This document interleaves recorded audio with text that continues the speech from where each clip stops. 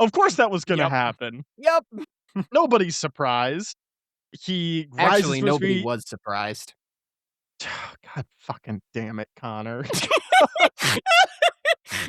Sorry, you You feel just sped it me up for me. rubbing my eyes, grabbing the bridge of my nose right now? You feel I that? do, but I couldn't Uh-huh. resist. Yeah, I know you couldn't. You feel good? Got it out of your system, man? Yeah, actually, I did feel pretty good about that one. You can keep going now. Uh-huh. So, everybody is on the same page. That this Hello, and welcome to Notes from the Oracle. I'm Connor, and together with Jack, my co-host from Cabin 6, we're going into uncharted waters as we explore the monstrous mythology of Percy Jackson and the Olympians. Book 2, The Sea of Monsters.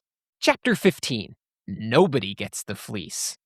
A good little double entendre to start there.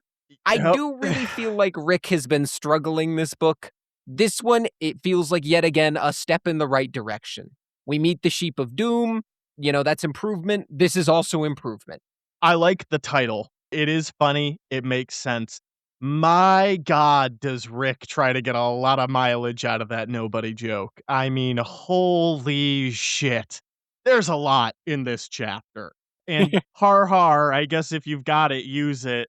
But my God, after about the third time, I was like, okay, all right, I get it. I get it. It's nobody. Ha ha, funny, funny. Nobody finds this funny. Ha ha ha ha. That was a good one. See, you can do it too. Yep, sure can. I agree. I felt like that was lightly pandering to the audience of like, if you know the myth of Odysseus and Polyphemus, you know the nobody things. You could be like, oh, look at me. I'm so smart. I'm so smart. I got it. Don't give them that.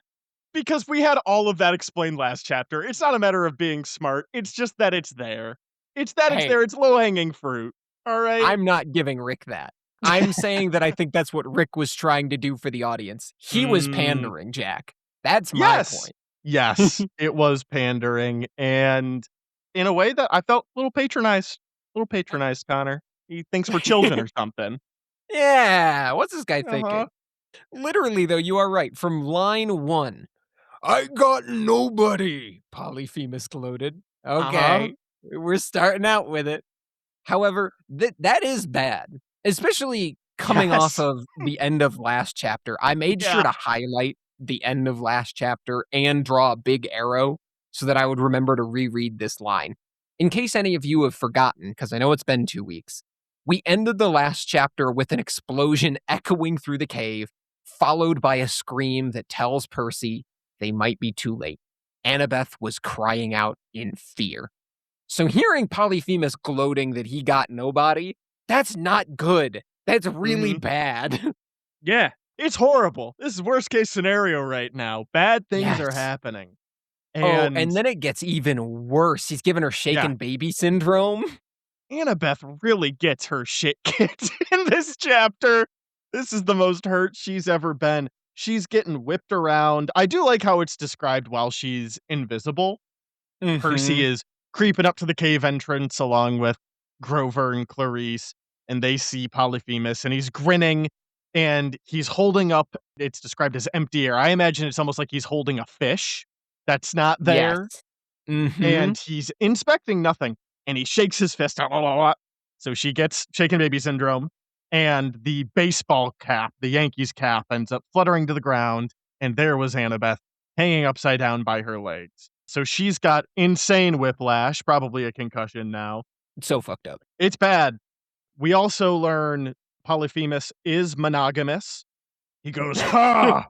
Nasty invisible girl. Already got feisty one for wife. Means you gotta be grilled with mango chutney." I gotta say, aside from the repeated nobody jokes, which do get dry, this is one of the funniest characters we've met in the first 2 books. Oh, I kinda yeah. love Polyphemus. Yeah, he's a goofy guy. The mango chutney callback, that was silly. Him saying, "I've already got a wife, sorry." That did get a good laugh out of me, which again indicates to me, as I already know this, that Rick is capable of better. And he was using that nobody joke as a crutch and will continue to use it as a crutch. He certainly was. But now that Annabeth is struggling, dangling upside down, the rest of our heroes who are all up at the edge of the cave are trying to figure out what to do. So now they're figuring out a plan. And I actually like that they were able to use some stuff they've learned at camp. I feel like a lot of what we've been fighting for in this book is the value that camp provides when it's at its Mhm. best. And so hearing Percy take a leadership role and say, all right, attack plan Macedonia. We don't know what that is as readers, but I'm glad that they've learned something and they're able to enact this. They both nod. Percy says, we'd all taken the same training courses at Camp Half-Blood. They knew what I was talking about. And then he explains, basically, they're going to flank the sides while Percy plays distraction. Couple key things that I want to bring up. One, Annabeth, we kind of super glossed over it. She didn't just get shaken up, she's bleeding from a Yeah. nasty, nasty cut on her forehead, and her eyes are described as glassy. I wasn't kidding about the concussion thing. She is not all there right now. She has proper head injury. So, one, that's happening in the background. Not good. Effectively, Annabeth is on a timer. A head injury like that, you don't want it to go untreated for long. Clarice and Grover are both armed. That is also important. Clarice has what is described as a highly collectible ram's horn spear that she stole from the cave. And Grover, in a very macabre fashion, has a sheep's thigh bone, which he is not pleased about for pretty obvious reasons, but is wielding with, I assume, will be deadly efficiency. And yeah, it's funny that Grover even seems kind of taken aback that he is agreeing with Clarice. He's like, "Yeah, uh-oh," and kind of it pauses for a moment and then blinks a couple times and looks at Clarice, and I can only assume that he's thinking, "Am I making the right call right now? Maybe If I Percy's agree with right. you, is this smart? Is that a telltale sign that I'm actually in the wrong right now? Maybe." There is one moment in this chapter that, Jack, it confirmed something you were saying last episode, and you backtracked it, and we're gonna get to it, but Mhm, that is why I've been so eager to, like, burst forward. There is a mhm. moment in this chapter that just I am eager to get to, so I Oh, yeah. appreciate you slowing me down. Of That course, of course. said, Percy, as I was mentioning, does explain what attack plan Macedonia is. Clarice and Grover are going to flank from the sides while Percy holds his attention from the front. Mhm. And we're reminded that Percy is still in his down on himself era. So he says probably what this meant was that we would all die instead of just me. But I was grateful for the help. You know what? I appreciate that he's like, I'm going to give it my best shot. I'm going to keep a positive attitude. I'm happy to have the help in this fruitless endeavor. Yeah, I mean, Percy's definitely he's got that kind of mindset of, what do you do when you meet a brick wall? You punch it. You punch the brick wall until it's rubble. And if there are Yep. friends there to help, then awesome. At least we'll all be in immense pain punching that brick wall together. Mm-hmm. And that is the plan.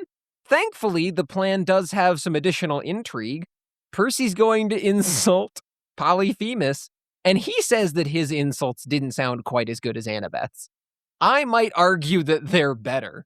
As he comes out, he says, "Hey, ugly!" The giant goes, "Another one? How many of these fucking kids are there?" Which I'm like, he lives on an island alone with a bunch of sheep, and suddenly three children Yes. all show up on his island in one day. He's like, okay, one of you is good for a wife. Three of you is just a nuisance. What is It's this, a it's an daycare? it's an infestation. What the fuck? Is there like a crack in the wall somewhere? What's going on? I just love the idea that truly they're like rats to him. They're pests.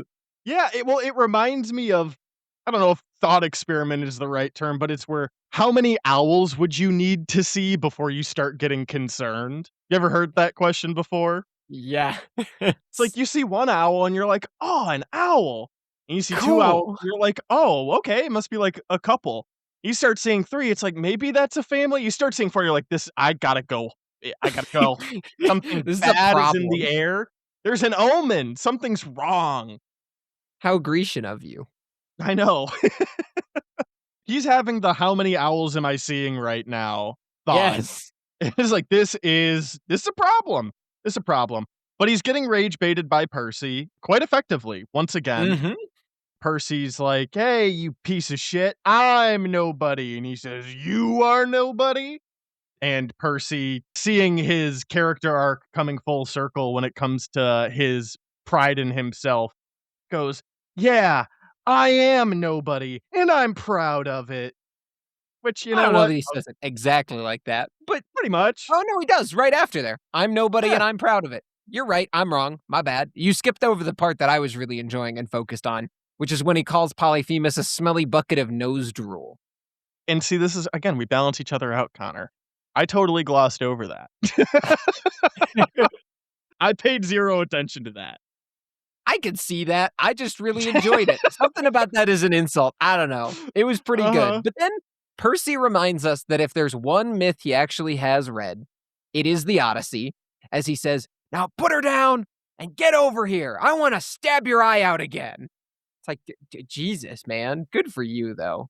You know, Yeah. you needed some good old fashioned Percy angst to pull you out of the dumps, bud. Yes. Yeah, and it works. Again, the rage baiting is successful. Polyphemus roars, he bellows, and good news. Good news, Connor.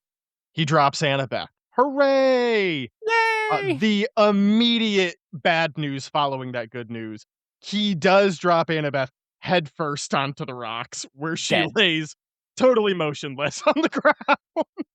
Dog. One of my notes for this chapter is literally just dead. I know. Mine is she's dead, so I built on Yeah. it. Yeah, she is full on Family Guy, like, knocked out, arm behind the back, a slow pool of blood forming beneath her head. It's bad. It's a Oh, really bad. bad look. And there's more bad news, Connor. I hate to keep piling it on. Polyphemus is now heading directly towards Percy. And this guy, just as a reminder, is fucking huge. Just a fucking unit. And Percy has a very small sword, which also, I think, implies, just kind of implicitly, that Percy is also quite small in comparison to Polyphemus.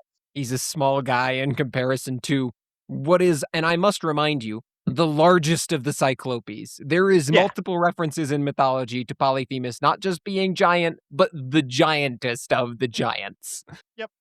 So, not great, but good news. We're back to good news. We've got Grover back. Oh, so And true. we know Grover, when bloodlusted, is one of the most ruthlessly efficient combatants, potentially in the world of gods and monsters. He invokes the name of his god. He says, "For Pan!" And he rushes in from the right, and he throws his sheep bone, and it bounces. It bounces off the monster's forehead, which great aim! Really good aim. A for effort. Uh Dude, if he were smaller and less terrifying and powerful, you might have dazed him a little bit, and that's Yeah, huge. truly. Uh, un Not enough can be Unfortunately. said for Grover's gusto in Oh, this, yeah. like, charge in. We've had Tyson for most of the book, and I have deeply appreciated Tyson for most of the book. Yeah. But man, does it feel good to have the goat back. The goat is back. Yeah, and what he does is effectively worthless, but at least he tried, and that's what it's all about. Clarice, on the other hand, quite effective. We, throughout this chapter, see more of why she is a community leader within camp. Mhm. And we see her battle IQ. Is she a prideful moron? Absolutely. But she is good in a fight, generally speaking. Generally Mhm. speaking. I feel like the one kind of camper you want on your side in a fight is like Ares' cabin, Definitely. And I right? think this is a good showcase of that Yeah. when Percy is the leader, because we got to see Clarice as the leader against the Colchis Bowls very early on. Mhm. And she's effective at leading, but she isn't always making the best strategic choices. But when you just take her and you point her in the right direction, she is a ruthlessly efficient piece of machinery. Like, Yes. Oh my god. just needs a target and a direction, and she will handle it.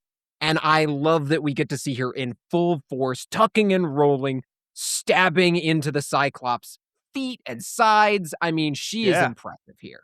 The wombo combo of Percy and Clarice is really fucking cool. Yeah. And I mean, it starts off, she, rushes in during this surprise attack and basically puts the spear underneath his foot, trying to like knock him off balance. And it works in the sense that it actually hurts him. He wails in pain and she dives out of the way as to not get trampled. But, Polyphemus is unfortunately that guy and just picks up his foot and plucks out the spear like a little splinter and just keeps going towards Percy. And now Percy is Dark Souls.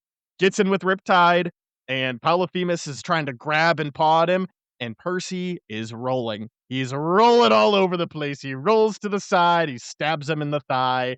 He rolls to the other side, he stabs him in the foot. He's just he's Mr. Roly Poly right now, and we're gonna hear more about that as the fight continues. But I just love, I love that Rick clearly is like, how do I add frenetic action? Yeah, rolling to the side. Dodge. B.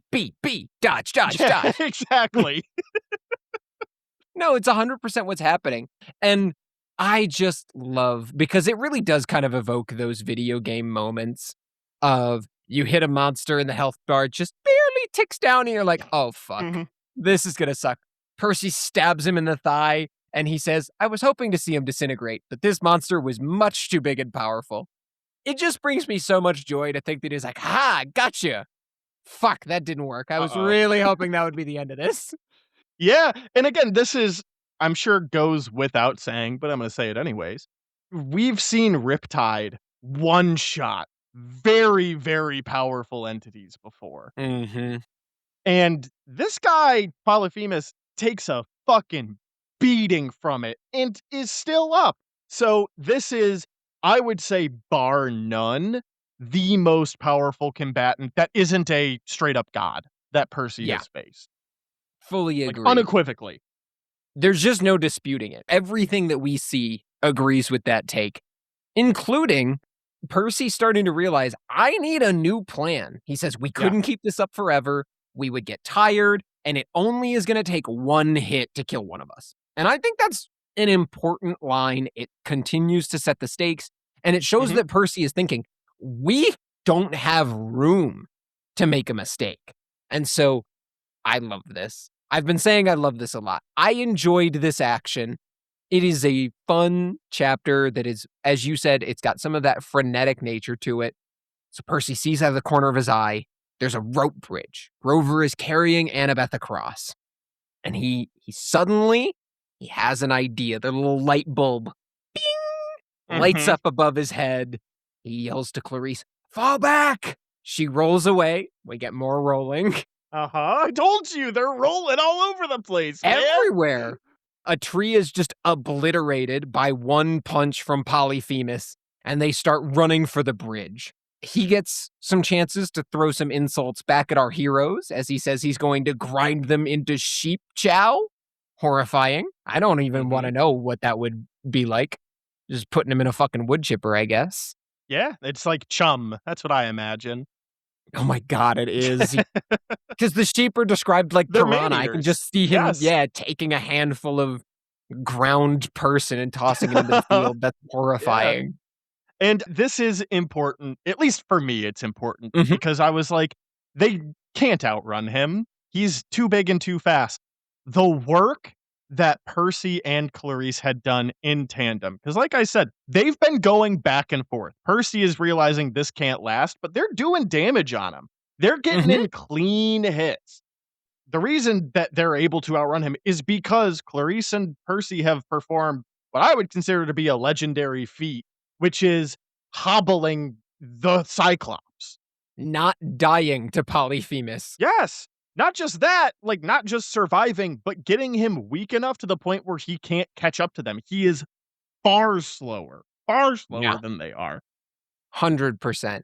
And so that does give them the little bit of a lead that they need to be able to enact Percy's idea as they tear down the hill. He runs for the bridge. They both start going across. He's yelling at Clarice, "We gotta go faster! We're gonna fucking die!" He's yelling across, "Grover, Grover, get Annabeth's knife!" And his eyes are widening as Polyphemus looms at the other side of the bridge, but he puts it together. I love this. Grover's thinking, and as they scramble across the bridge, Grover is sawing at the ropes. Dude, it's perfect. It's Mhm. perfect. You gotta have, if you're gonna do a classic romp across the ocean adventure, why not have a rickety rope bridge that you cut? Yeah, I'm here it's for it. very there's a couple moments in this chapter that are very Indiana Jones, and this is one of Mhm. them. Very The Indiana Jones coded, Pirates of the Caribbean coded, kinda we'll get in to that that same at the vein. end. At the end, there is one that is just straight up Pirates of the Caribbean, so put a pin in that.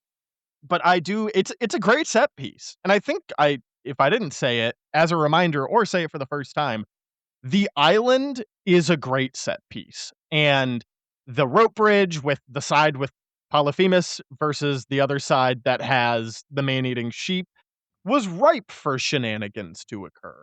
I'm glad to see that it's being used. Obviously, This of is course what it we were would. wanting last chapter, and we were Yes! kind of feeling like we were missing. I agree. I Yes. just wanted to put it out there that, like, this is exactly the type of thing when we were talking last chapter about it feels like this setting just has so much potential for Mhm. wacky, goofy shit to happen. Yeah. This is the type of wacky, goofy shit we wanted to see. Yes, absolutely, and the Grover being once again the most important person, sawing Truly. at this rope bridge while Percy and Clarice are running across it and, snapping the first rope, and then he starts cutting the second one while they're still not quite across, and then snap, the other rope goes and the bridge falls, and Clarice and Percy land on the other side. And Connor, Yes. you wanna Do you I wanna want to go? deliver the bad You wanna news? deliver the bad news? I've delivered so much bad news. I could deliver the bad news. The bad news is, as the rope bridge falls, the Cyclops howls, but with delight. Failed! Nobody failed! He gleefully yells. Dude, that is honestly, it took a little bit of the wind out of my sails the first time I read it, and I was like, ah, Uh-huh. such a good plan, and it just doesn't work. I know, it was honestly good subversion. It was a good rug pull, and it was one where, when I was first reading it, I was like, "But there's still a decent chunk of chapter left, I don't Yeah. understand," and then I saw and he was standing right next to us, I was like, "Ooh, yikes, I Ooh, guess not you just good. jumped." Yeah. But this does lead us to the part that I was kind of rushing us toward earlier. This is Uh-huh. my little pin, and it was just a little pin, of Jack last chapter. Mhm. You said, "You know, I think Percy could probably solo this guy, to be honest, because he's Uh-huh. Percy. He's fucking crazy." And we were like, the more we see of him, he's pretty big and scary. I don't know Uh-huh. that he could." Percy is just sitting there. Clarice and Grover are trying to charge Polyphemus, and Percy describes that Polyphemus swats them aside like flies.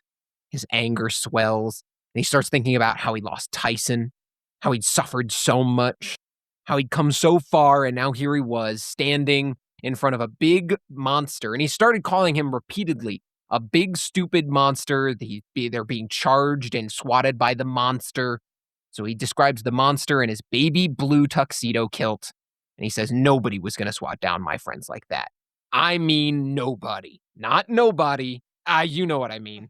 Mhm. Which perhaps That that's was the funny. point where it's like, yeah, you earned But, that one, like, Rick. you That one did was it. good. You did it. We're done with the nobody stuff now, please. That was it. Yep. That was the capstone, okay?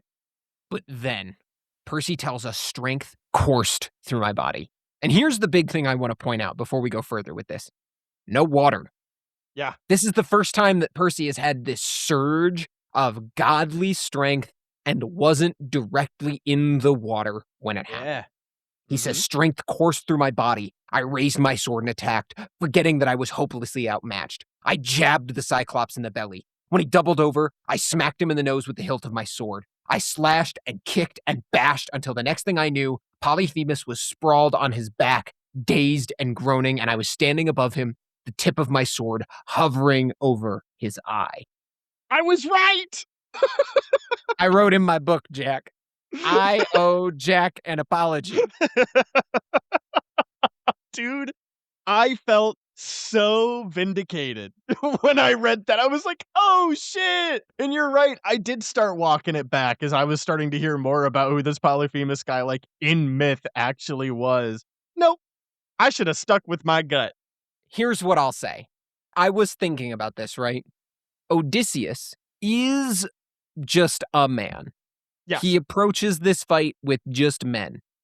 Percy is the son of Poseidon, one of the big three. He's that bitch, okay? It does make sense, but man, this is good. This reminds me of some good old-fashioned Theseus skull bashing, Yes! like, It's the most just heroic he's ever been. yes! It is focused violence. I Uh-huh. almost said something that was not appropriate when you described him as heroic because he is 13 and he should not be oiled up and naked I for was this. gonna I say, almost said that's the probably. only thing that would make him more heroic, but don't do that, Rick. We don't need that. Oh my gosh, yeah, good call, man, good call. Put that in a live action show. Connor, that's even worse. That's even worse, man. You're gonna have to cut this. Oh my god. Alright, I'm gonna save you from yourself, okay? I'm gonna save you from yourself. I'm gonna rip you out from the jaws of being canceled. Polyphemus, okay. Polyphemus moans. We're You're not we're gonna just helping. I thought you were supposed to I be know, I know. helping. It's the book. It's what happens in the book. He goes, "Oh." Still not helping. I know. Okay. Grover is gasping. Percy. Still not Okay. helping. I know. Hold on. We'll get out of this. We'll get out of this, buddy. Just hold strong. Okay. So Grover's like, "Dude, how'd you do that?" And Polyphemus says, "Please, no." And he's pitifully staring up. His nose is bleeding. He has a single tear in his eye. He goes, My sheepies need me, only trying to protect my sheep." And then he begins to sob. He starts to cry. And the next line is Percy just goes, "I had won." It's like, Dude, damn, yeah, he's you still in brought him to focused tears. violence mode. You brought him to tears and you won. You did it. Says, "All I had to do was stab one quick strike." And everybody that's still up, i.e. Clarice and Grover, are saying, "Kill him! Kill that guy! Kill him right now!" Like, what the fuck are you waiting for? And it's just so tough, Connor, because the Cyclops sounded so heartbroken, just like Tyson. And we miss Tyson so much. We miss him so much. We've been We talking about how do. much we miss him. Here's the thing. I hear you, Percy. I hear you. And he's even like, "Dude, I know Grover's correct." Grover said, "He's a Cyclops. Do not trust him." And Percy's like, "I know he's right." And Annabeth would say the exact same thing. And I appreciate that he says that because Percy, dude, this guy tried to marry your friends and eat your friends. Mhm. This is not the time. This is not the time to stay your blade. And I'm conflicted on this. I'm conflicted on this because Percy makes a stupid decision, but the rationale behind it is compelling. Unfortunately, it gets me. That's exactly what I was going to say earlier. I think the line that does Percy in, I genuinely think he might have done it right up until Grover said, "He's a Cyclops. Don't trust him." Yep. Because that draws attention to what Percy has been fighting against this entire novel. Mhm. This prejudice that he's seen leveled against Tyson. And the thing is, Polyphemus actually is a cruel, evil person. Yes. It's not because he's a Cyclops, it's because he eats people. Yeah. He eats But people and tries to marry a bunch of young children. Like, it's not a good look. It's not it's good. not a good look, man. But I really do think that, like, that's where I can forgive this. I understand what Percy is feeling. Rick does a really good job of evoking Percy's moment of, you can just visualize the heavy breathing as he stands posed above the eye, ready to pierce, and then Mhm. he finally considers his actions. And I really do think if Grover didn't throw out that one line, Percy might have done it. Yeah, I agree. I totally agree because it leads him to start thinking actively Mhm. about who he is, like, I guess maybe ontologically. This guy might be ontologically evil. But the idea of Cyclops equals bad, you're right. Percy has been trying to compartmentalize and rebuke that, and Annabeth has done that. She has rebuked Mhm. that old thought that she had, and he's basically wondering, like, "How can I kill this thing?" Because he is technically my brother. He's a son of Poseidon, Mhm. just like Tyson. I can't just act like this is some monster. And that's what everybody else is acting like. This is just some monster. There's this interesting, almost ethical quandary that isn't really played with explicitly, but is like the hierarchy of monster and personhood, which Is is fascinating to consider and has Yeah, some it's pretty staggering complicated. consequences. Yes. There's some gray areas. And actually, something that I was thinking about as I was reading this is, in the Battle of the Labyrinth, we're gonna see another child of Poseidon that Percy is gonna have to fight. In the Heroes of Olympus, we'll run into people like Chrysaor, another child of Poseidon that Percy will have to fight. What I think is really interesting about this moment is I think that if Percy doesn't reconcile with this now, then Rick would have to re-grapple with that every future time. Mhm. This is kind of giving Percy that space to figure it out and go, hey, I can understand that this is not an ontologically evil creature. It is just an evil being. This is Yes. someone who has agency and makes evil choices. Mhm. And I truly do think that that will make those many further instances where he comes up against not just his family members in brothers and sisters who are also children of Poseidon, but other creatures and people, like even when we re-encounter Agrius and Aureus, reminding Mhm. himself that, yeah, they're people who may have been unfairly punished by the gods, but they are choosing to do evil things. And that's it. I think this does a lot of heavy lifting without it being super obvious for the rest of the series going forward. Totally agree. And because of this show of humanity on Percy's part, he extends some mercy. He extends some we get Mercy Percy, which is somewhat rare, I feel like. Usually he just kind of kills stuff or Mhm. beats it to a pulp or both.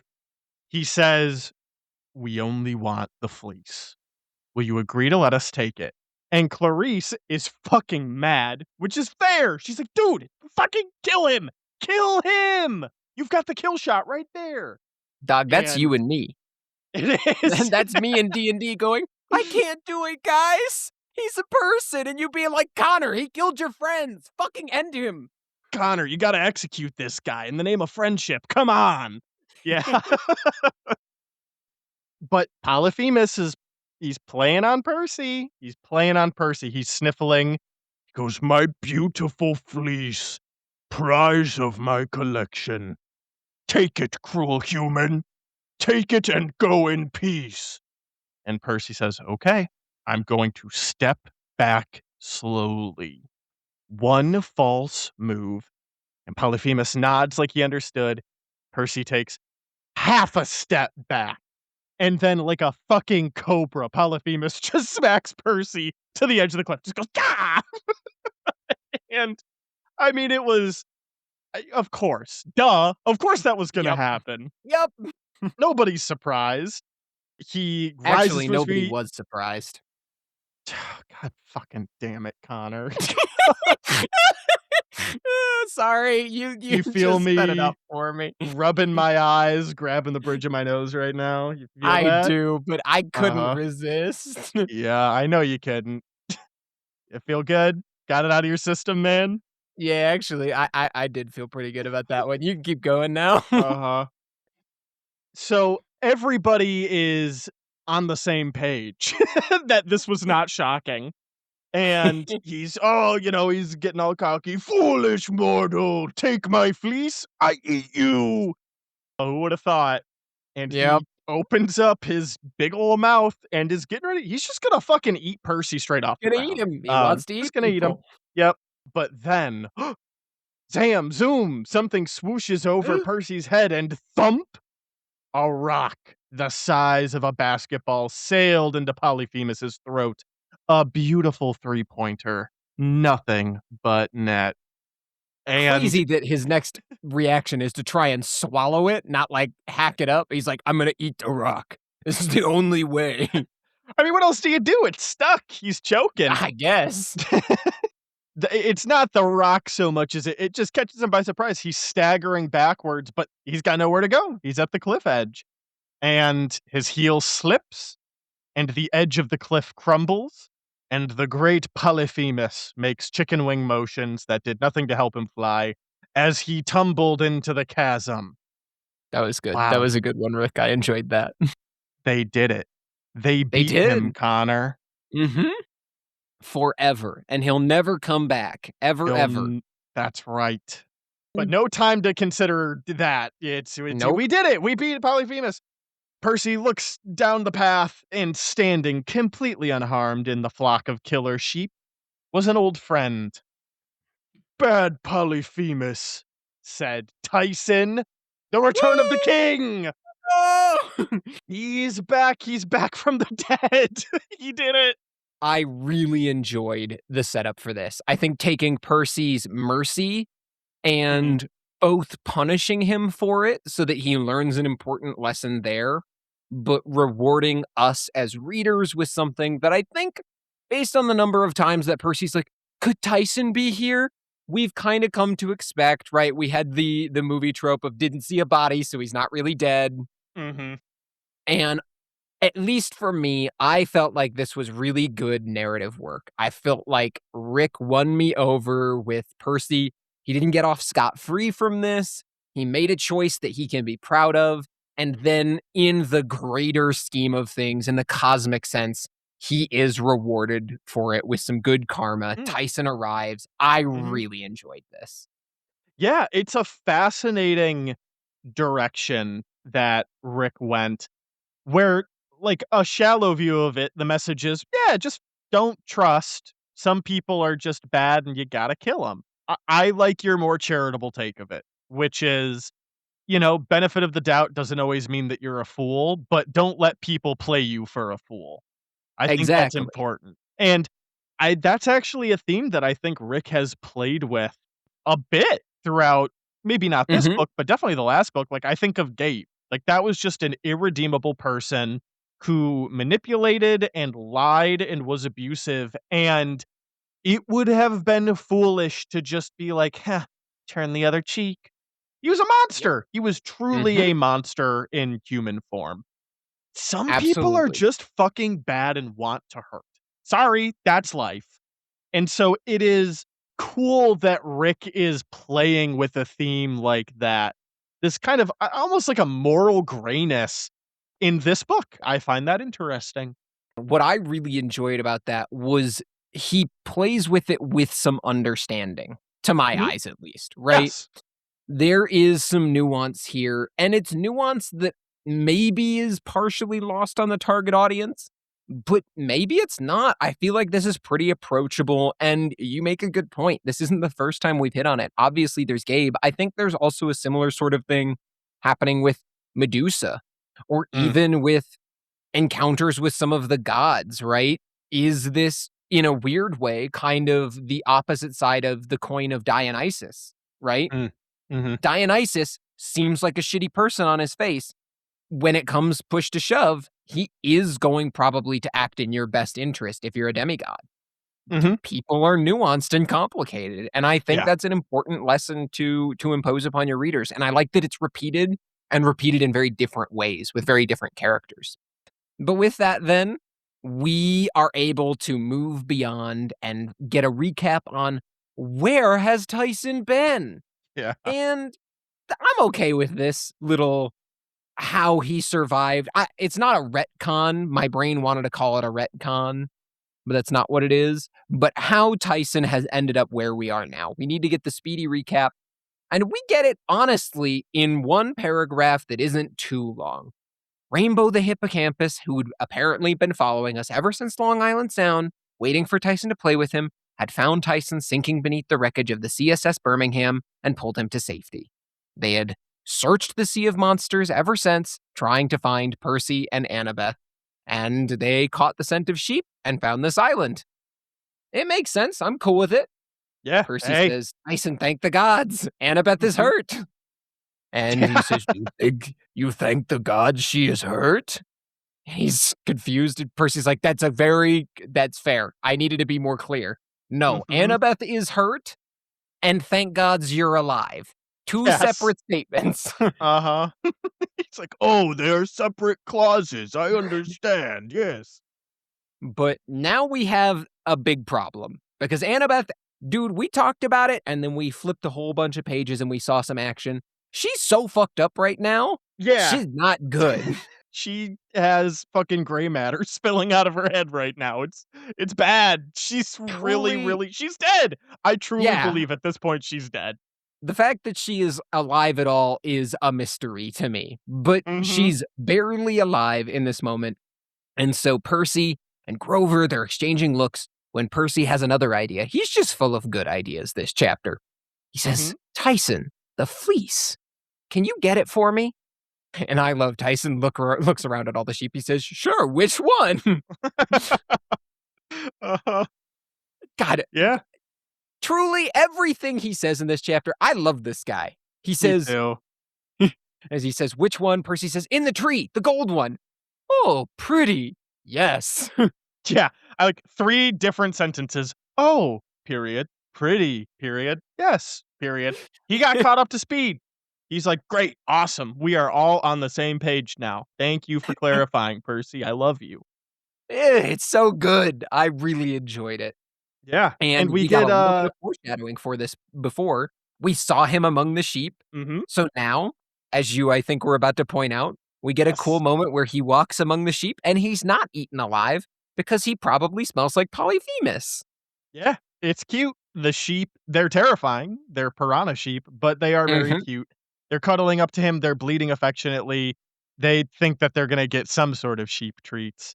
But he's fine right now, and I'm sure, honestly, Tyson's probably loving it. He's probably Yeah. loving this.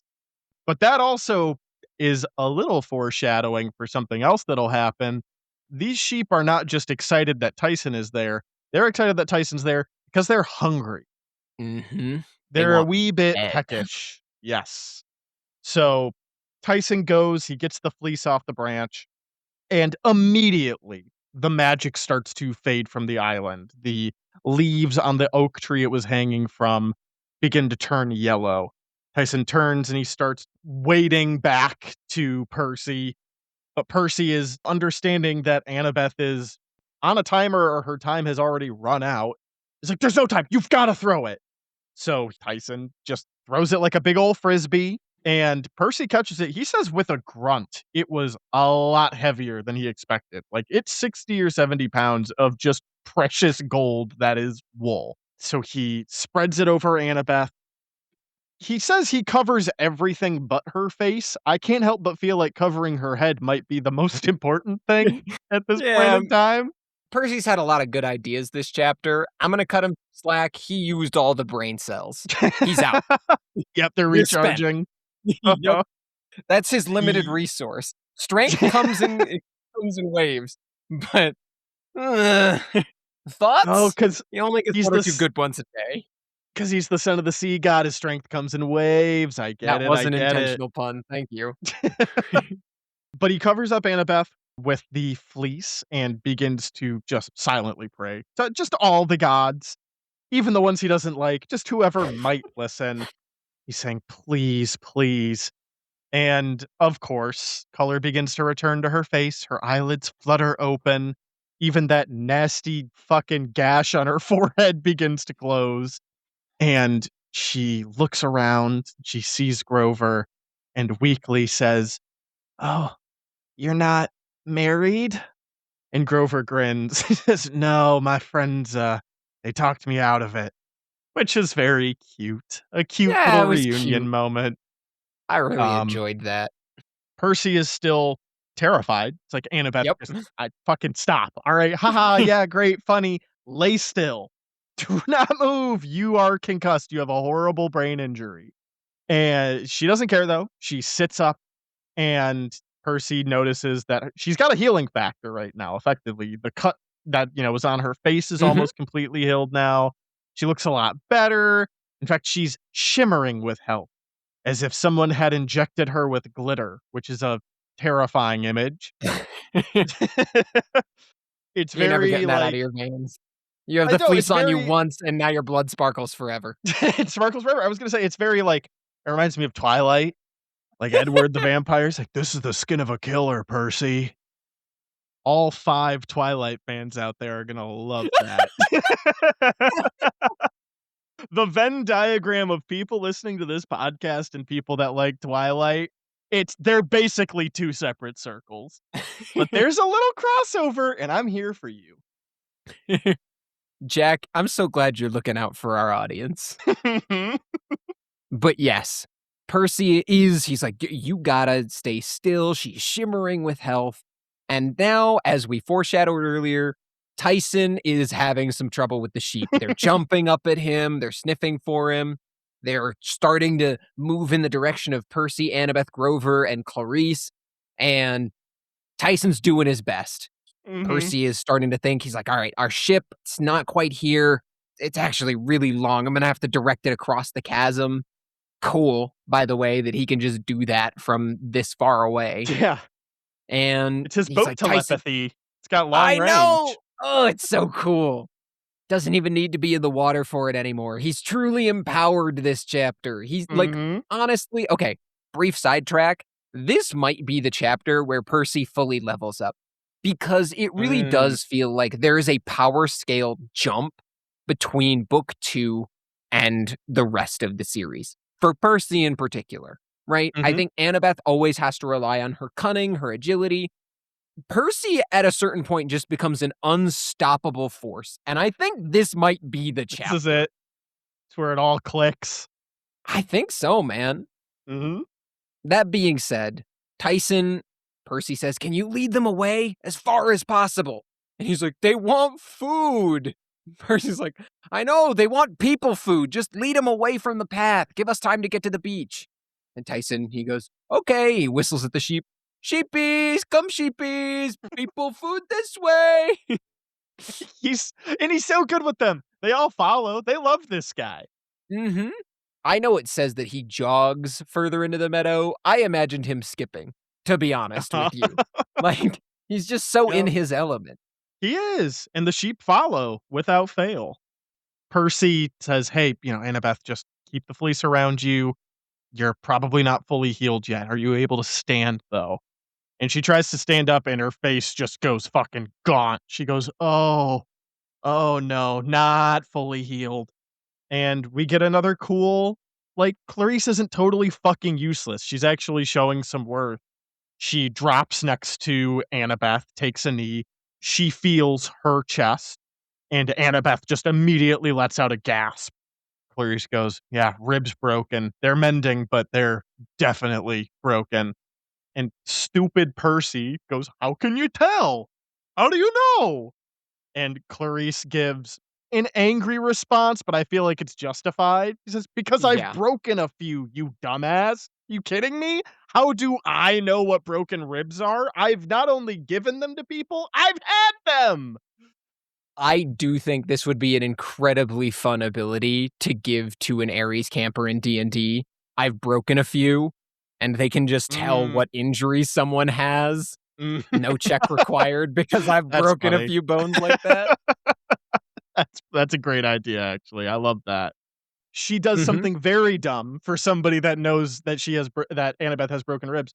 She picks up Annabeth like a fucking sack of flour, Yeah, I hurls noticed her that. over her shoulder, and starts jogging down to the beach, which means every step is just agony for Annabeth. Crack, It's not crunch, crack, described. crunch. Yeah, exactly. It's like, "Ugh, yeah, broken ribs, I'll have to carry her." I do get the impression that Clarice was like, "What the fuck ever. You've got the magic healing fleece. I couldn't be bothered with handling you with care." And like, hey, that's fair, but also, damn, you can do like a fireman carrier, or an arm over the shoulder, or Oh, maybe yeah. just anything else. Anything else. This is when you're reminded that, she is kind of a dick. Yeah, maybe she is doing that on purpose.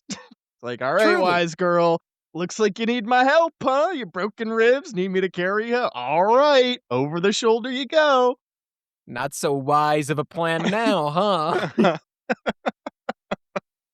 But But they get down to the edge of the water. Percy, I'm imagining him doing his Professor X. He puts his yes, fingers to his exactly. temples. He's going, "Wow, wow, wow, wow, wow, wow, wow, wow." He's calling the Queen Anne's revenge. He wills it to raise anchor and come after him. And after a few minutes, there it comes. He's got the radio controlled boat. Cool power. Unfortunately, that will not be enough. As Percy says, "We have to get into the water." Tyson's coming, yelling down, "Incoming!" He's being chased by man-eating sheep. Yes. And This Percy is the knows Jack Sparrow. This is that this little is the thing, the Jack Jack Sparrow. Sparrow. Yep. It's As so good. the boat shows up, Tyson yells, "Incoming!" And he's bounding down the hill, down the path to join them. I'm imagining him windmilling his arms and like looking back over his shoulder occasionally as sheep just 50 yards behind him, bleeding in frustration and fucking stampeding after him, trying to get back to their Cyclops friend for feeding. They're hungry. What are you doing? That's so funny. I just looked it up, and Pirates of the Caribbean 2 came out in the same year, in the same month as this book. They Really? just manifested this energy at the same time. That's awesome. That's so funny. But alas, they are so close. They're by the water. They're just starting to wade out into the ocean when they see it, rather, when they hear it. A tremendous roar. Polyphemus, scraped up, bruised, but still very much alive, is splashing toward them with a boulder in each hand. Dun dun dun! And Whoa, that's wait the a minute. end! He's alive? Who would have thought? Yeah, he's Nobody, back. yet again. Shut the fuck up, man. I knew it. I chose my words very carefully that You time did. too. You did. You were right. Bastard. I wasn't faulting you. Uh-huh. I enjoyed this chapter. It It was was fun. fun. It I think that's like most of what this chapter has going for it. It's fun, it's punchy, it's filled with good action. When you put it up against other chapters that have action and intrigue, I think it Mhm. falls flat. But as just some solid, quippy, fun Percy Jackson, it's really good. I love seeing Percy get to come into his own and start gaining his confidence back, especially once Tyson arrives. You can Mhm. just tell Rick starts writing Percy with that added level of, I hate to call it chipper because they're in such dire straits, but it really is like his heart is filled again, and The he's got word something there to drive him forward. the word you're looking for is reinvigorated. Thank you. He's reinvigorated. That is Mhm. exactly what I'm looking for. It just jumps off the page in a way that I think works really well. Yeah. I get the sense that again, I agree. I think this was a fun chapter.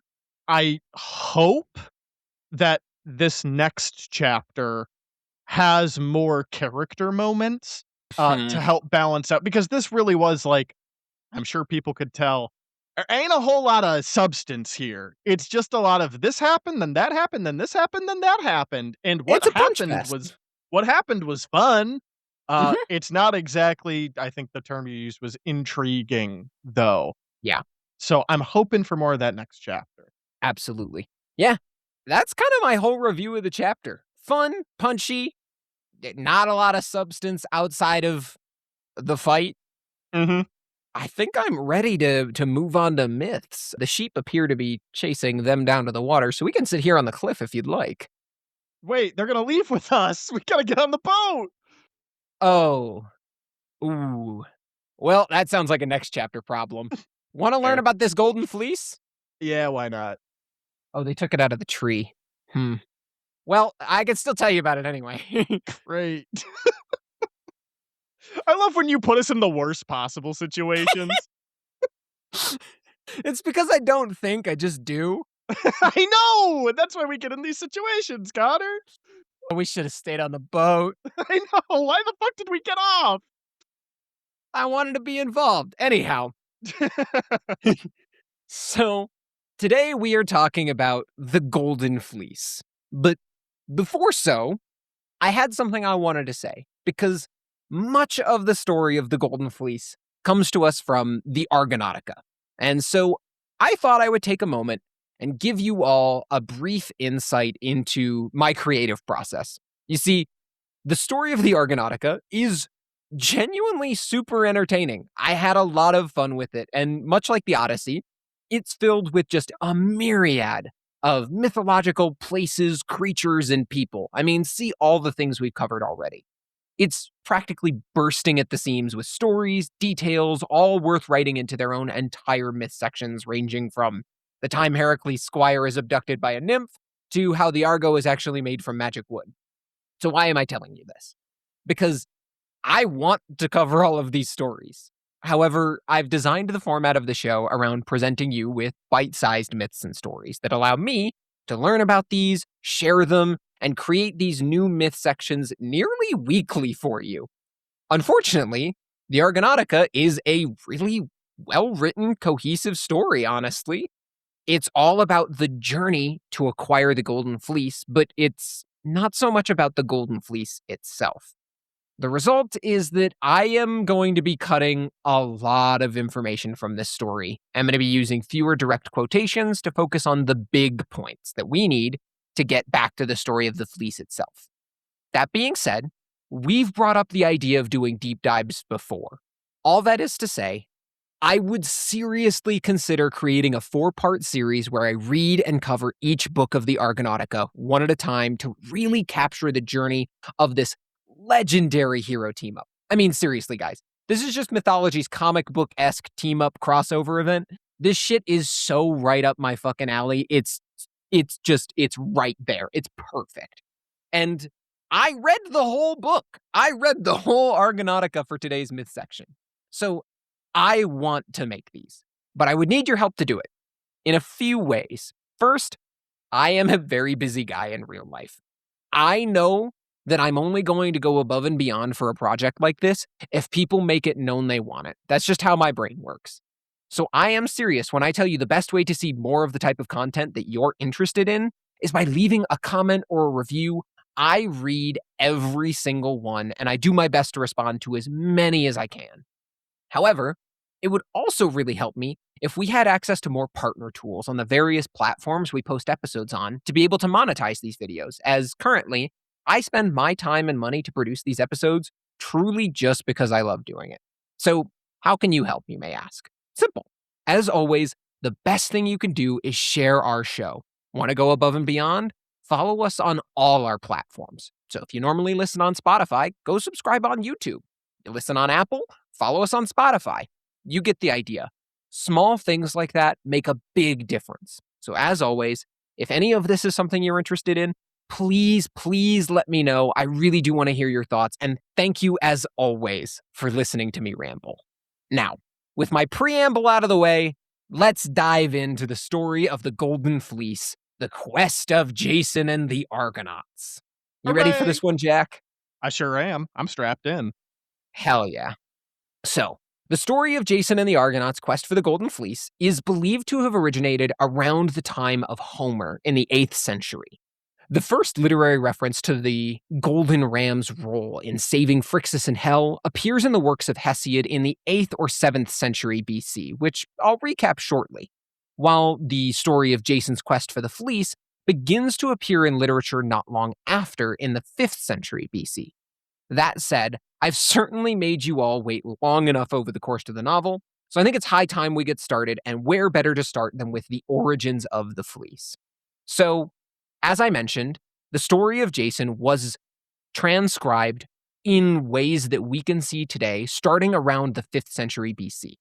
But that wasn't the only thing that started to get transcribed around that time. People also began writing down where they believed the myth came from. Writers like Greek geographer Strabo claimed the origin of the story actually came from a different land altogether. He starts by saying some incredibly racist shit about the peoples and regions he suggests the story comes from, before continuing to say this. It is said that in their country, gold is carried down by the mountain torrents, and that the barbarians obtain it by means of perforated troughs and fleecy skins, and that this is the origin of the myth of the Golden Fleece. And Jack, just in case you did ask, I did transcribe what he said that was so racist. Okay. He said, among the tribes which come together at Dioscurius are the Phthariophagi, who have received their name from their squalor and their filthiness. Near them are the Soanes, who are no less filthy, but superior to them in power. Indeed, one might almost say that they are foremost in courage and in power. This is what it feels like Midwesterners talking about the states that are next to them. The Ohioans, yes, filthy and squalor, yes, that's them. I just knew you were going to take a dig at Ohio. If Of you're course from I Ohio, was. I need to tell you this. Fuck you. That's so Anyhow. true, man. Cut that. Thank you for listening. So, what's really cool about this, though, is that modern scholars actually tend to agree with this explanation from ancient writers that the story originates from this practice of using fleeces to pan for gold. It's, of course, convenient that there was already agreement among these ancient scholars, but there is further evidence to support this theory. The practice of taming sheep started east of the Greeks in areas like the Middle East and parts of Asia. This lines up with what Strabo tells us as the odd benefit of his racism is he was very clear about which people he deemed filthy. The group he called the Soanes resided in India, living much nearer to where sheep were originally domesticated. Thus, modern scholars take their theory a step further and state that a likely conclusion is that the story was introduced to the Greek region alongside the practice of domesticating sheep. Side note, this also aligns with our earlier conclusion that Cyclopes were also a racist depiction. And would you look at that, the most famous one we meet and see in this chapter is a shepherd as well. Now, I think that's more than enough background. So, we know, as Annabeth made very clear early on, a fleece must come from a ram. So, I'm going to start by telling you the story of the Krios Chrysomalos, or the Golden Fleeced Ram. This story comes to us from Pseudo-Hyginus's Fabulae. It was written around the 2nd century AD, though the story does come to us from much earlier works, as I mentioned, dating back as far as the 8th and 7th century BC in the works of Hesiod.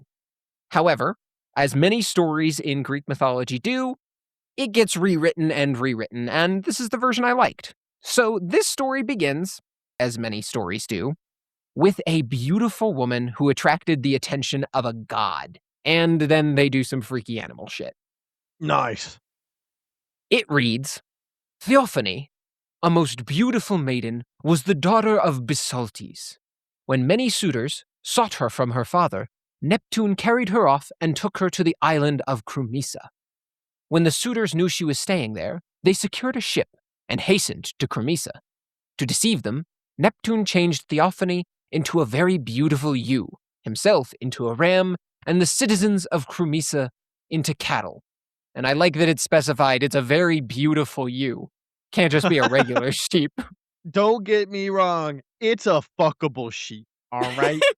That's important. Yeah, that's apparently the truth. It continues, when the suitors came there and found no human beings, they began to slaughter the herds and use them for food. Neptune saw that the men who had been changed to cattle were being destroyed and changed the suitors into wolves. He himself, in ram form, lay with Theophany, and from this union was born the Golden Fleeced Ram. And that's the whole story. So the short version is Poseidon sees a pretty lady, he decides that he should get to have her, and then when that upsets the other suitors, he turns her into a sheep, himself into a ram, and the rest of the town into cows for some reason? Yeah, it'd be weird if they weren't. I guess. So wait, And then does I that love mean that that like yeah, go ahead. so the fleece is it's one of Percy's half brother's hair? Yep. Specifically, and the golden fleeced ram was a demigod, half mortal human, half god. Uh-huh. So that's Cool. neat. Yep. Yeah, cool. I'm And shocked then that like, hasn't come up in the book. I That mean, feels so ripe for it to be like, "Yeah, Percy, that's your half brother." Like, he'd be like, "What? Yeah, the I think Cyclops?" It's like, "No, no, no, no, the fleece." I think Percy's dealing with enough right now. How much more trauma does he need? Just walking around, it's like, yeah, that's a toupee made of your brother's skin. I mean, I'm biting my tongue. I do like tortured Percy. Sue me. Sue me. Have him carry around the flayed skin of his dead sheep ram brother, okay? Let's do it. It's cool. Yep. That's cool. Have him grapple with that. So yeah, that's the story. Poseidon turns everybody into cows, except for the girl he's into, who he turns into a sheep.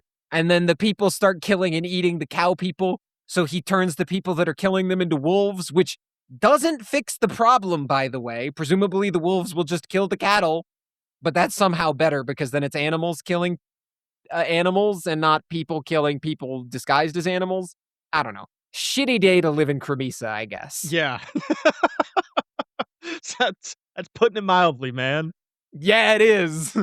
But hey, I warned you all in a previous episode that this story is abundantly weird, so there you go. The Uh-huh. Golden Okay. Ram is Percy's half brother. Cool. Love it. So this brings us to the next part of our story, and this is one that we have covered before, the rescue of Phrixus and Hel. We discussed in chapter 7, so if you're looking for a more detailed breakdown on this myth, go check out that episode when you're done with this one. It's really good. I worked really hard on it. And just in case you missed it, I will quickly summarize here. It's a pretty short myth. So we learned the Golden Ram was born, but now we have to shift settings and characters. In Boeotia, there is a king by the name of Athamas who falls in love with Nephele the cloud nymph, and they have 2 children together. These children are a boy by the name of Phrixus and a girl by the name of Hel. Athamas later leaves Nephele and marries a different woman named Ino, daughter of the famous demigod and king Cadmus. Ino and King Athamas have more children, but Ino is jealous of the children that Athamas had with Nephele, so she resolves to kill the children. But since that's a no-no, can't kill your family, she needs to find a creative way to get the children killed. She decides that she's going to artificially create a famine by drying out the seed grain, starving their entire nation.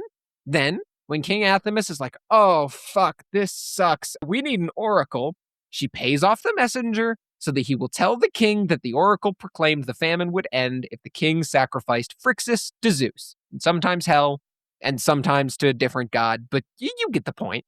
Sure. Just as the sacrifice is about to take place, Nephele rescues her children by sending the golden ram to fly by and scoop up the children. And by the way, yes, the ram can fly.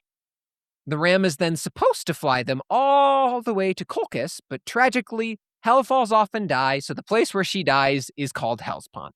Phrixus does arrive safely after passing through Hellespont, and the golden ram instructs Phrixus to sacrifice it to the gods. Oh, and I forgot to mention in the last time I did this myth, the ram can talk. According to All right. Apollonius Rhodius, You know what? Hold on. I've really been rolling with the punches. You've really gotten into a habit of being like, yeah, also it does this. Yeah, also that's a thing. Moving on. And I understand we'd be here all day if you just, kept really digging into all the weird shit they could do, but at least give me a moment to like process. hey man, if it helps you, the quote I was about to give, which comes to us from Apollonius Rhodius in the Argonautica, tells us about the talking ram.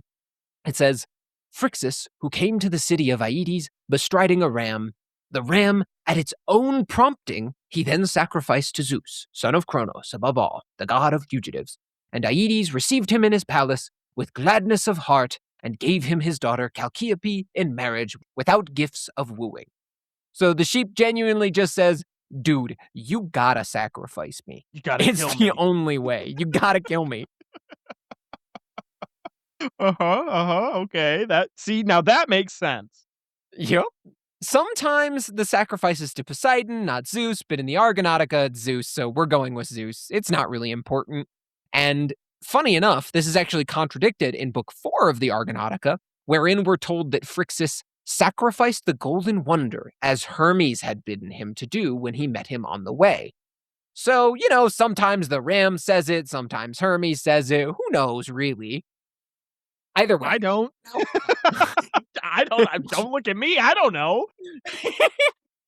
Phrixus escapes being sacrificed by riding on a talking, flying golden ram, which he proceeds to sacrifice to Zeus. Fantastic. The fleece, by the way, is presumably given as a gift to King Aedes, which is part of why Phrixus is given his daughter's hand in marriage, and then the fleece is hung, importantly, in a tree in a temple of Ares where it is just left until Jason's quest. Huzzah! The Hey. Argonautica! We can Oh finally boy. turn our attention to Jason and his quest for the Golden Fleece. It's the start of the Avengers. Exactly. I do have one more important note, and I've summarized this myth in full, so you will probably remember this from chapter 4, but during that myth section, we discussed the Colchis Bulls and how they were given to King Aedes, doesn't matter in this episode.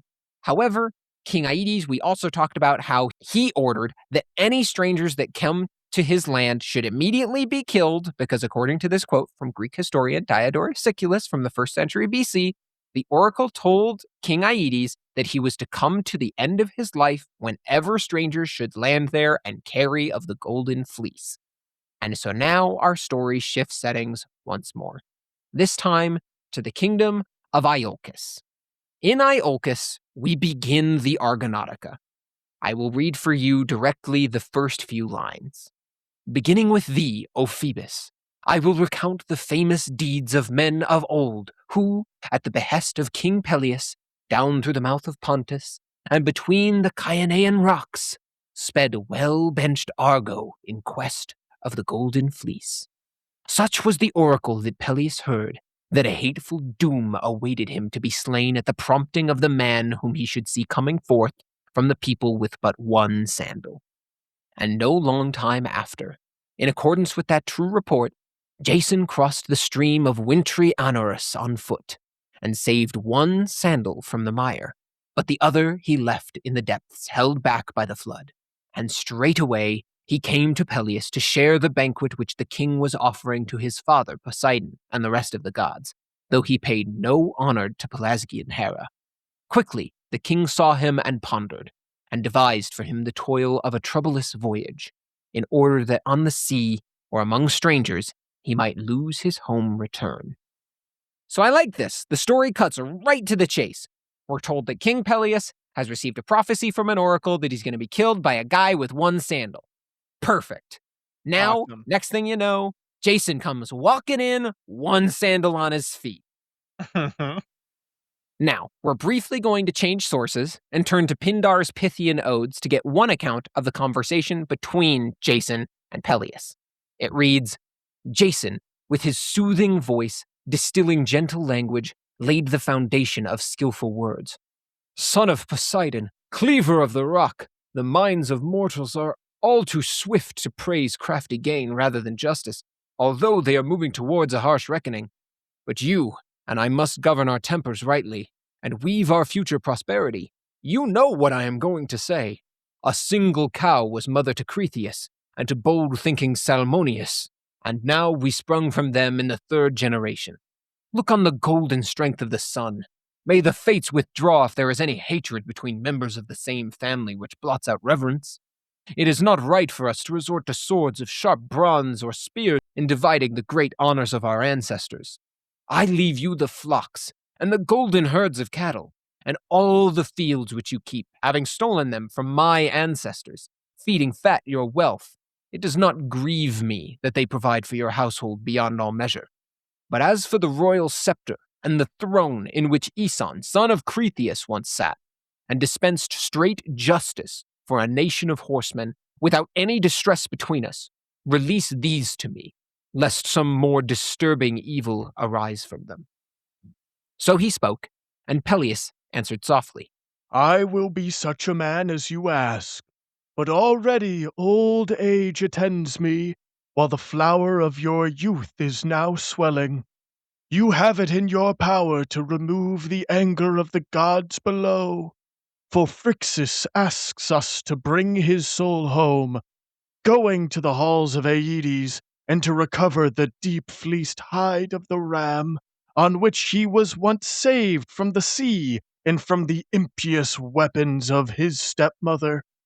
A marvelous dream came and told me these things, and I have asked the oracles at Castalia whether it must be pursued. And the oracle urges me to make ready as soon as possible a ship to escort him home. Willingly fulfill this quest, and I swear that I will deliver up to you the royal power and the kingdom.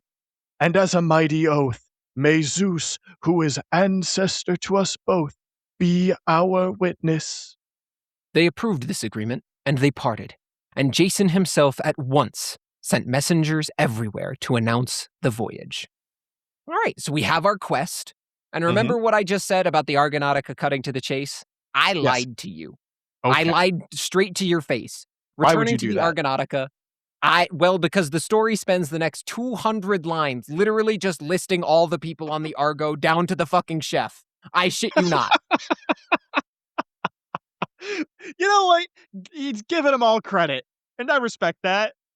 It tells you each of them, where they're from, and who their parents are, and I read all of it. And I decided none of you cared. You're welcome. Oh man. Oh, now that you say that, now I'm curious to know who the chef is. Well, I didn't put it in my notes. I don't Damn remember. it! He wasn't a very memorable guy. Oh no, man. However, once this is done and all the heroes have been listed, they board the boat and prepare to depart. And among their tasks, once they are all aboard the Argo, includes deciding on a leader. Apollonius Rhodius notes, the young heroes turned their eyes toward bold Heracles, sitting in their midst. And with one shout, they all enjoined upon him to be their leader. But he, from the place where he sat, stretched forth his right hand and said, Let no one offer this honor to me, for I will not consent, and I will forbid any other to stand up. Let the hero who brought us together himself be the leader of the host. wonderful. Thank you for that. Yeah, no problem. But with that, it is decided that Jason shall preside as leader. Though I do fully understand why Heracles was the first choice. Honestly, the only reason I chose to add this quote was just solely because I found it very amusing that they're like, shit, we got Heracles on here? Yeah, can you be in charge? Uh-huh. And like a proper leader, he says, no, no, this isn't my quest. Truly, honestly, the more I read about Heracles, the more I think, damn, he got such a bad go of it. He really was a Mhm. good guy. He was trying his best, man. He was. He was. But from here, you can guess how the story goes. Our ship of heroes navigate the dangerous seas before them as they head for Colchis. We've discussed some of what they faced in our episodes covering Scylla, Charybdis, the clashing rocks, and the sirens. And of course, they have to face even more obstacles along the way, one of which they leave Heracles behind on an island at because he's just too OP, so they have to write him out of the story. Funny to me that they've been doing this since the 5th to 8th century BC. But nonetheless, at long last, they arrive at Colchis, where they're greeted by King Aedes. King Aedes devises a plan to get Jason killed by asking him to tame the Colchis bills. However, Hera convinces Aphrodite, who convinces Eros to make Aedes' daughter, the sorceress Medea, fall in love with Jason.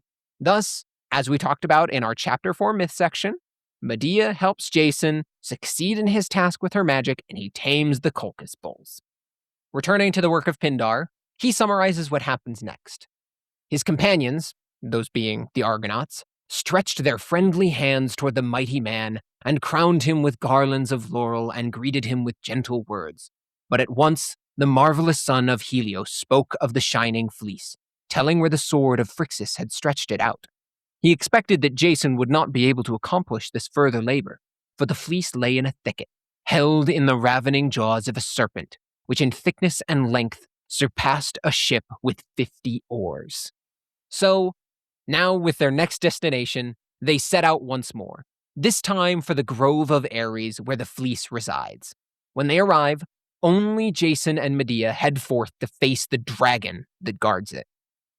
The Argonautica continues, and they too, by the pathway, came to the sacred grove, seeking the huge oak tree on which was hung the fleece, like to a cloud that blushes red with the fiery beams of the rising sun. But right in front of the serpent, with his keen, sleepless eyes, saw them coming, and stretched out his long neck and hissed in awful wise. And all around the long banks of the river echoed, and the boundless grove. The maiden came before his eyes, with sweet voice calling to her aid, Sleep, highest of gods, to charm the monster. And she cried to the queen of the underworld, the night wanderer, to be propitious to her enterprise. And Aeson's son followed in fear, but the serpent, already charmed by her song, was relaxing the long ridge of his giant spine and lengthening out his myriad coils, like a dark wave, dumb and noiseless, rolling over a sluggish sea. But still he raised aloft his grisly head, eager to enclose them both in his murderous jaws. But she, with a newly cut spray of juniper, dipping and drawing untempered charms from her mystic brew, sprinkled his eyes, while she chanted her song, and all around the potent scent of the charm cast sleep, and on the very spot he let his jaw sink down, and far behind through the wood with its many trees were those countless coils stretched out. Hereupon, Jason snatched the golden fleece from the oak, at the maiden bidding, and she, standing firm, smeared with the charm the monster's head, till Jason himself bade her turn back toward the ship, and she left the Grove of Ares dusky with shade. And as a maiden catches on her finely wrought robe the gleam of the moon at the full, as it rises above her high-roofed chamber, and her heart rejoices as she beholds the fair ray, so at that time did Jason uplift the mighty fleece in his hands, and from the shimmering of the flocks of wool there settled on his fair cheeks and brow a red flush like flame. He strode on now, with the fleece covering his left shoulder from the height of his neck to his feet, and now again he gathered it up in his hands, for he feared exceedingly lest some god or man should meet him and deprive him thereof.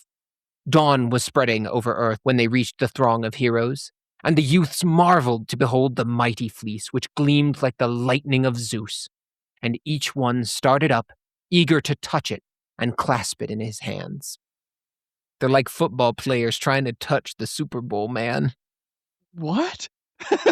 That's it. The last one, the last line. Dawn was spreading over. The youths marveled to behold the mighty fleece. No, it's not that. You said it's like football players trying to touch the Super Bowl? What do you Isn't that what they get for winning the Super Bowl? is They that they get a trophy, not a bowl. Got it. Got it.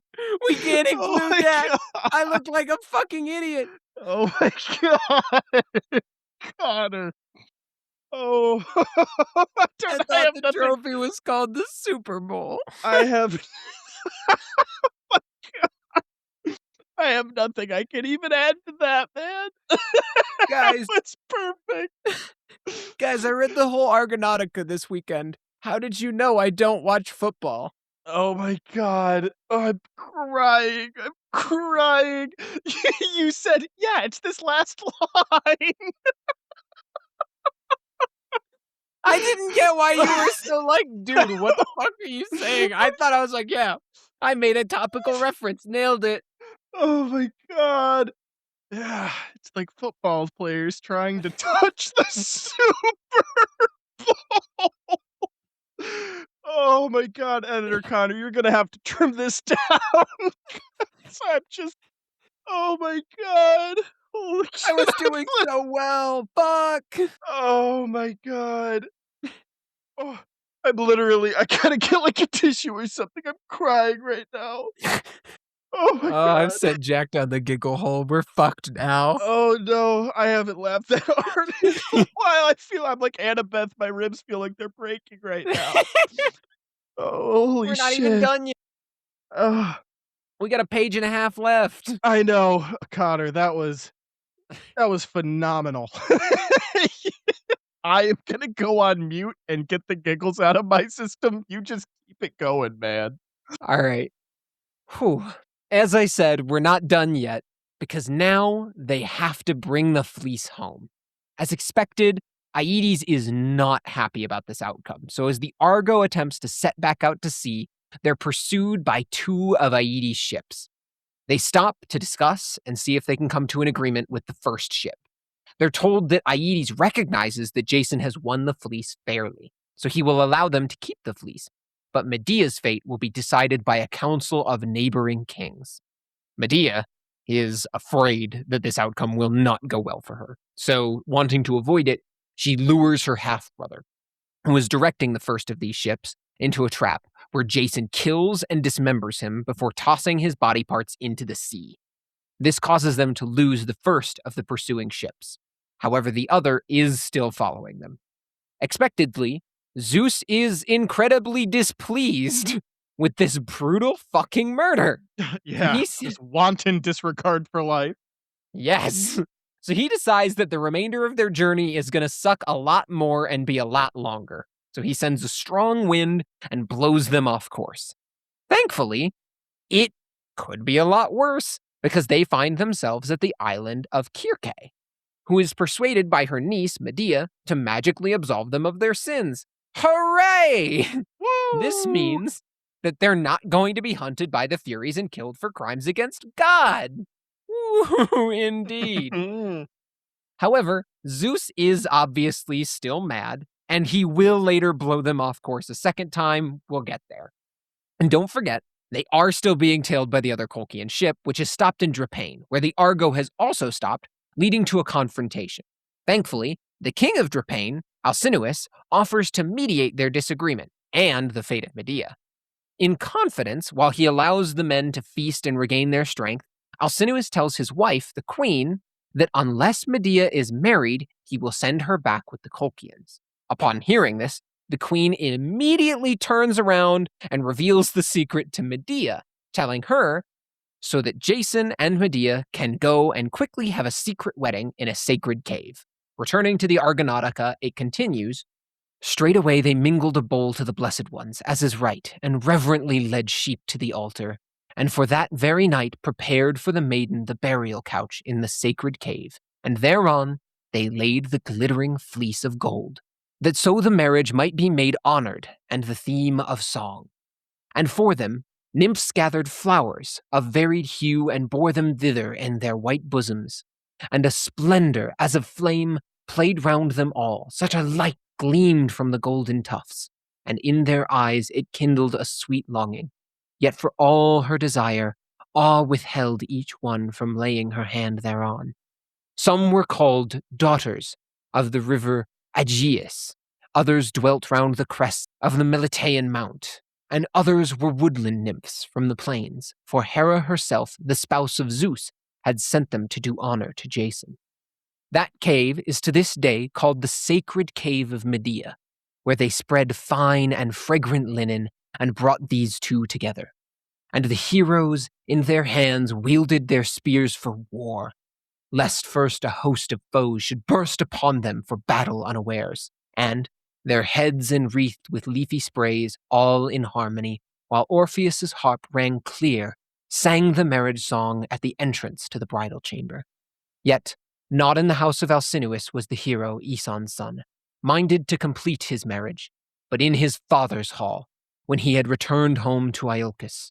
And such was the mind of Medea herself, but necessity led them to wed at this time.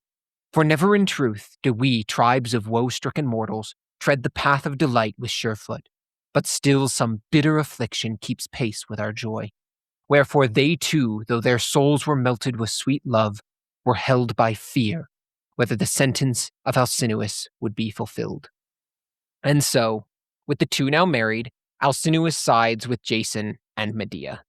The Colchians are so sad and in fear of such wrath from King Aedes that they genuinely just decide to sail to a nearby mainland and make new homes and never go home. By the way, Oh, after they killed Medea's brother, that's what the other ship did too. They immediately beeline it for the nearest shore, they break down the boat, they build houses, and they never fucking leave and go home because they're like, fuck, we failed. we gave up. Now we got to colonize. Fuck. What else are you going to Yeah. do? And this is the part where they're now blown off course one more. Jason nearly gives up, but he is inspired by 3 goddesses in Libya. And at this point, I don't even remember what episode I talked about that in, but I talked about that too. So if you've been listening, you know what I'm talking about. But that finally brings us to the end of the Argonautica. The 4-book epic actually doesn't end with the heroes returning to Iolcus. Instead, it ends with revelry on the islands of Anafi and Aegina, not far from Jason's home. They institute new rites of Apollo and festival games, respectively, on the 2 islands, and the story ends with revelry and success. And that is the tale of the Golden Fleece. Wow. What a winding tale that was. Question. Odysseus was on that boat, right? It depends on the version, to be honest with you, because some people put Odysseus on that boat, other people do not. I believe in the Argonautica, he's not, but there's also 2 Argonauticas. Mm-hmm. So I can actually check real quick here. There's the Rhodius Apollonius Argonautica, which is the one from the 5th century BC. But then there's a later one written by, I think the guy's name is Flavius, in the 2nd century AD. He's a Roman and he rewrites it. Yeah, Odysseus is not in the 5th century version. Though he does, that's the thing about the Argonauts, though, is every time somebody writes a new version of the Argonautica, they add like 3 heroes. That they're like, this one's my favorite. Uh-huh. And I like this guy, and this guy was there, and how could you forget Bellerophon? Yeah, I get that. I just didn't know if because I thought you mentioned he might have been on it at one point. He is. He is definitely in some versions of it, but it's Mhm, also very much not from the Homeric tradition. Because gotcha. in the Homeric tradition, his father Laertes is also like alive at this point in time. And so it Mhm, wouldn't make sense for Odysseus, the child, to be on the boat. right. Also, you kind of need to have a lot of heroes like Heracles just straight up be fucking dead by the time of the Iliad. Uh-huh. Because if they're not dead by the time of the Iliad, then why does the war take so long? Yes. So you got to have more mortal men. And so that's like, we're getting a little bit in the weeds here, but in Greek mythology, you roughly divide it into, as I've said before, there is the time of Titans, there is the time of the gods, then there's the time of heroes, then there is the time of men. And technically, the Iliad and the Odyssey are supposed to take place in the time of men. And that's why it's Mm. in part so fucked up that Odysseus has to deal with so many ancient, awful monsters, because largely they're supposed to be gone from the world by that point. Oh, gotcha. Gotcha. I only ask because all this getting blown off course, I didn't know if there were any lines from Odysseus like, "I'm gonna kill myself. Please, please, can we try and stay No. on course?" And amusingly, in the versions where Odysseus is on the boat, they usually make him his younger 20-year-old self that Mm. went to fight against the Trojans in Troy, which is even funnier because then it just really doesn't make sense that he would be like, all right, and I'm off to do my first big war. I'm 20 years old and I'm going to return home when I'm like fucking 40. Uh, and if instead he's going off to Troy and he's like, I've already been on one harrowing sea journey. Uh-huh. Surely it can't happen a second time. The gods don't hate me that much, right? They do. Gotcha. In They case you're sure wondering, do. Odysseus, they really, like, of all the people, they hate you so much. Man, oh man. Well, that was neat. I know that was definitely the abridged version, but still It fascinating super stuff. was. I left out the part where they arrive at a different dragon's lair, and the people are like, oh my god, Heracles was just here yesterday. You guys just missed him. an actual thing that happens in the Argonautica. But we'll talk Sure. about that when we get to the Titan's Curse. Okay, cool. Yeah, man. Well, I'll be honest. I don't have many more thoughts either on the myths or the chapter. This was all pretty kind of dusting my hands off right now. Pretty straightforward stuff. Yeah, I was going to say pretty cut and dry. So I suppose with the end of this short chapter, we head into the next as we are going to explore more of the Queen Anne's revenge as Percy goes down with the ship. We'll see you next time. See ya. Thanks for listening. If you enjoyed this podcast and want to support our content, please be sure to leave a review, share with your friends, and follow us on all your favorite podcast platforms. Until next time, this has been Notes from the Oracle.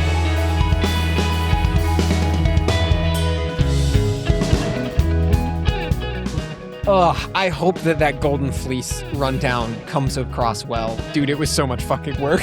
I believe it. I believe it. You created an entire summary of this old ass fucking epic.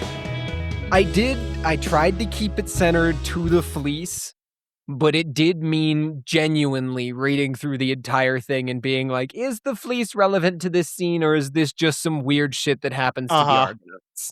Well, you've compared it, I think, pretty aptly to like the Avengers. You were effectively doing the Infinity War saga, and like, all right, I need to only focus on the Infinity Stones though. So everything Yes, else, like, yeah, it's like important and it's related, but like directly related, I don't know. Like that's tough. That's tough to do. exactly. Oh my god. I almost wrote in a whole tangent. There's a guy named Polyphemus on the boat, but he's not the giant. No fucking way. Yeah, so I almost like did a whole like side tangent because again, they give you all the information for all these fucking guys who are on the boat, and I was like, no way. Uh-huh. But yeah, Polyphemus, he's described as this grizzled old hero that travels with Heracles sometimes. Uh-huh. There's so many weird, tiny fucking details, man. I'm not even kidding. Like, there's so much. There's a guy who randomly dies of a snake bite. Like, There's always one.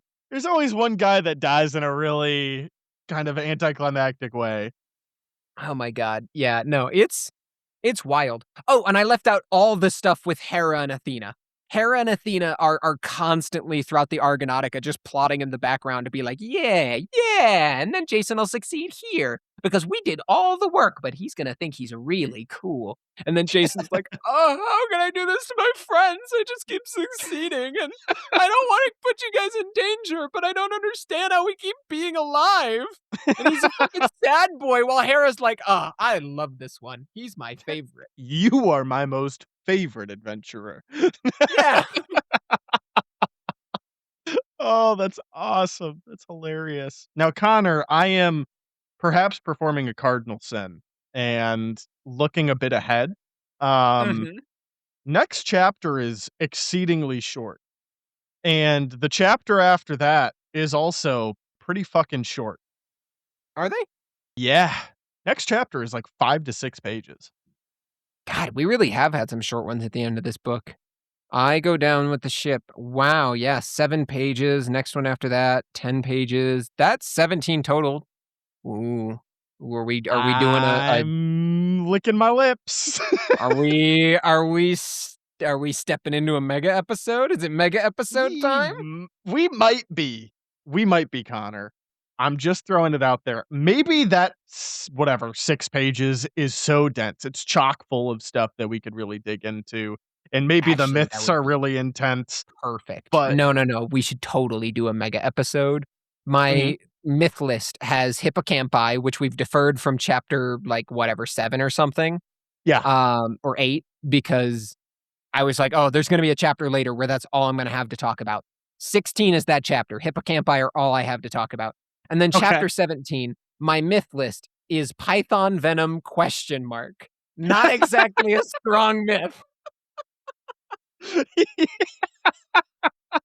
Yeah, all right. We'll double up on them. I think we'll do that then. Let's double up. That sounds like the plan. I'm so excited to do hippocampi, which is a myth that I already did for an earlier chapter before realizing that I was gonna save it for this one because I know I keep saying it. Dude, the Golden Fleece was so much work. Yes. Yeah, I believe you totally. Ugh. It was good though. I was surprised by how much I enjoyed the Argonautica, truly. Mhm. Here's what I'll say, because Jack, I know as we've been going through some of the Odyssey, you've been like, actually, this is like decently punchy. This reads well. Yeah. The Argonautica is a lot less, it feels less modern, if that makes sense. Mhm. Mhm. The Odyssey, I think, is really approachable. Obviously, it's got some of the ancient Greek isms where they're like, and then this guy, son of this guy, son of that guy. And you're like, all right, fucking get on with it. There's a little bit of that in the Odyssey. The Argonautica, just because of the sheer number of characters, is just fucking loaded with it. And all the characters, because there are so many of them, they all have to have their little moment, and they're all so regal because they're heroes and kings, whereas Odysseus is usually traveling with just like a bunch of effectively peasantry, peasant soldiers from his lands, right? Some of them are more noble than others, but he's the only king among them. Whereas, like, all these guys are fucking important. So they're constantly like, oh, you're so cool. No, you're so cool. I love you, bro. I would die for you. Ah, I did die for you. I will remember this until my dying day, my friend. It's like, your Uh-huh. dying day is today. Shut the fuck up and die. Yeah, I was gonna say you're really fucking dragging it. Really There's having it. more of Yeah. that in the Mhm. Argonautica. Yeah. I and of course, again, I mentioned you got like some of the stuff with the gods, which is like kind of an interesting B plot, but it's also the A plot because they're doing everything for him. Yeah. Like, it's weird. It's interesting. It's a good read. I think of it and the Odyssey. I still prefer the Odyssey as just a Yeah. novel, but it was good. It was definitely entertaining. Okay. I Yeah, don't know yeah. if I derailed, but I Ooh, lost the plot it's there, but that after was the episode. I don't know that we can derail. I think it's just talking about whatever. too Um, true. Too true. yeah. Man, I, this chapter was weird, dude. It I feel was so out weird. of it. I was like, "Surely there's more." But this was one where it wasn't like last episode where it's like, "Oh, man, and we're done." Like, it ended really early. It's like, "Yeah, I feel like we did a full episode, but I also feel like I didn't say a single goddamn thing." Like, I talked a lot. I don't know that Mhm. there was a lot said. I'm okay. So this is something I've been thinking about, right? And we've talked about this a lot. It's like, why do people pan this one as kind of their least favorite so often? Uh-huh. The pacing at the end here, and again, we always talk about like, oh, we're going chapter by chapter. That kind of changes the experience. Mhm. In a weird way, a lot of these last few chapters don't feel like they should be separate. Mhm. Like they've got breaks at weird spots, and it's like they're natural, and I think Rick does a good job. But I think the expectation is when you read chapter 14, you immediately start chapter 15. And when you read chapter 15, you immediately start chapter 16. And I don't think it stops being like that until the end of the book, to be honest with you. Yeah. And so I just think the pacing gets a little funky in there where it's like, and we're done. And you're like, whoa, really? We did all the Yeah. substance earlier? Yeah, that's a good way to put it. I guess I haven't really contextualized, like, we are in the last handful of chapters, Hmm. which is weird because, you're right. I mean, there's still more book, but I just feel like we don't have time to tie everything up, at least in a way that's Here's a satisfying. Here's a weird way to think of it, Jack. If we do 17 and 18 as a mega episode, or sorry, if we do 16 and 17 as a mega episode, there's only 4 episodes left. Yeah, shit, you're right. Because there's only 5 chapters left, 16 through 20. Wow. And like chapter 20 is its own thing. It's got some like interesting kind of wrap up stuff for this book. But Yeah. weirdly for me, even chapter 20 kind of leaves you on far more of a cliffhanger than book Mhm. 1 does, which Yeah. you know that. That's Thalia. Like Yes. we're aware. Yeah. And so even then, I wonder if the end of this book really just feels like, and we're setting you up for the next thing, in much in the same way Mhm. that a lot of these chapters end with, and you should just read the next chapter. Yeah, I guess it's true now that you're putting it that way. There were definitely chapters in this book that felt like it could be its own thing. I feel like that's That's something we talked a lot about for The Lightning Thief, where there were several Yep. chapters where it's like, "This is good standalone." Like, it flows well, it doesn't stop the rest of the book from going on in any kind of, cohesive way, like, it adds to the overall experience, but Mhm. from start to finish, it is its own encapsulated adventure story, and it feels really satisfying to read because there's all these little mini plots and mini adventures going on alongside the much larger quest, right? And Yeah. you're right, there really isn't as much of that in this one, which is bizarre. Because again, it's had some of it. I think the chapter where they're in the woods in Chesapeake Bay or in the swamp in Chesapeake Mhm. Bay, I feel like that's a solid, for the most part, kinda standalone-ish chapter. Mhm. Um, Sirens. yeah, the Siren's another one. But yeah, the last few, like, honestly, ever since they got to the island, it's Mhm. been very, "All right," and it keeps going and goes and goes and goes and goes, which I don't know if I can fault the book for that because it's supposed to be read that way. Like, Mhm. you would when I was growing up, I'd consume these books in a fucking day. Like, that's Yep. just and then I'd want the next one, but yeah, I'd have Mhm. to wait. So, I think you're right. Maybe it's a I don't know if it's a constraint of the format that we're doing, but it's something that I think accentuates more Mhm. with this format because we're forced to just sit with these little tidbit chunks. Yeah. And you get to a chapter like this one, and you're like, "Wow, that was really short." Yeah, I Yeah. mean, and even in terms of length, it was like, it wasn't the shortest chapter by any No, it means, was 9 pages. but there wasn't a whole lot that happened that I think in comparison to some of the other chapters was, like, worthwhile.